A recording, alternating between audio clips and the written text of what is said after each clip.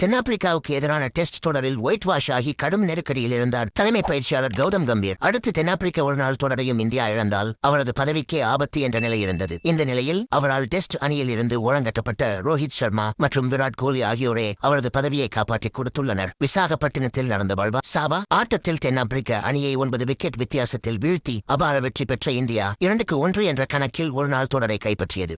சொந்த மண்ணில் தென்னாப்பிரிக்க டெஸ்ட் தொடரை 2-0 என இழந்ததால் கம்பீர் மீது பிசிசிஐ மற்றும் ரசிகர்கள் கடும் கோபத்தில் இருந்தனர். அடுத்து நடந்த ஒருநாள் தொடரும் 2 போட்டிகள் முடிவில் 1-1 என சமனில் இருந்ததால் இந்த 3வது போட்டியில் தோற்றிருந்தால் கம்பீரின் பதவிக்கே பெரிய ஆபத்து ஏற்பட்டிருக்கும். அந்த ஆபத்திலிருந்து அவரை காப்பாற்றியது ரோஹித் மற்றும் கோலி கூட்டணிதான். தென்னாப்பிரிக்க அணியில் குயின்டன் டி காக் தனியாளாக போராடி 89 பந்துகளில் 106 ரன்கள் குவித்தார். ஆனால் மற்ற வீரர்கள் சோபிக்கவில்லை. இந்திய தரப்பில் குல்தீப் யாதவ் மற்றும் பிரசித் கிருஷ்ணா தலா 4 விக்கெட்டுகளை சிறப்பாக செயல்பட்டு தென்னாப்பிரிக்காவை 47.5 ஓவர்களில் 270 ரன்களுக்கு சுருட்டினர். 271 ரன்கள் என்ற இலக்கை நோக்கி களமிறங்கிய இந்திய அணிக்கு ரோஹித் சர்மா மற்றும் இளம் வீரர் யசஸ்வி ஜெய்ஸ்வால் சிறந்த தொடக்கத்தை கொடுத்தனர். கம்பீரின் அழுத்தத்தால் டெஸ்ட் அணியில் இருந்து ஓய்வு பெற்ற ரோஹித் சர்மா தான் இன்னும் பேட்டிங்கில் ஃபார்மில் இருப்பதை நிரூபித்தார். 73 பந்துகளில் 75 ரன்கள் விளாசிய அவர் முதல் விக்கெட்டுக்கு 155 ரன்கள் பார்ட்னர்ஷிப் அமைத்துக் கொடுத்தார். ரோஹித் ஆட்டமிழந்த பிறகு உள்ளே வந்த விராட் கோலி ஜெய்ஸ்வாலுடன் இணைந்தார். ஒருபுறம் ஜெய்ஸ்வால் தனது முதிர்ச்சியான ஆட்டத்தை வெளிப்படுத்தி